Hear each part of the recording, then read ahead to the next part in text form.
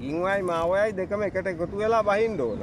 එතකොට වෙන් වෙන්ව බහිනකොට තමයි ඒ ප්‍රමාදයට හේතු සාධක වෙන්නේ. එතකොට මාවය වෙන පැත්තකට බහින්නේ, ගින්වය වෙන පැත්තකට බහින්නේ.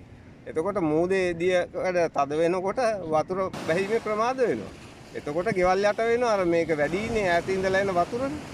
ඉතින් මේ ක්‍රමවේදයන් ඒවල දුර්වලතාවය නිසා තමයි ඒවා වෙන්නේ. එතකොට මේකට ප්‍රධාන හේතු වෙන්නේ අවුරුදු 40ක් තිස්සේ කරපු නීති විරෝධී ඉදිකිරීම. ඒ නිසා තමයි මේ තත්ත්වය ඇති වෙන්නේ. එතකොට මේ ආණ්ඩුවට මේක මේ වගකීම බාර ගන්න බෑ මේකේ. මේකේ වතුර බස්සන්න හම්බෙන්නේ නැහැ එහෙම. එහෙමනම් අර නීති විරෝධී ඉදිකිරීම ඉවත් කරන්න ඕනේ.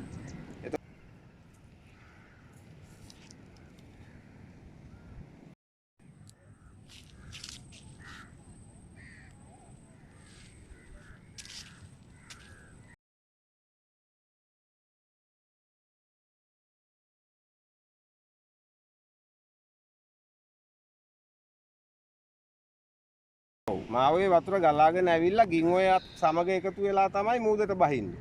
මේක බටහිර වෙරළ. බටහිර වෙරළේ මෝයවල් බහින්න ඕන උතුරට හැරිලා. දකුණට හැරිලා බහින්නේ නැහනේ. එතකොට නැගෙනහිර වෙරළේ මෝයවල් තමයි දකුණට හැරිලා බහින්නේ.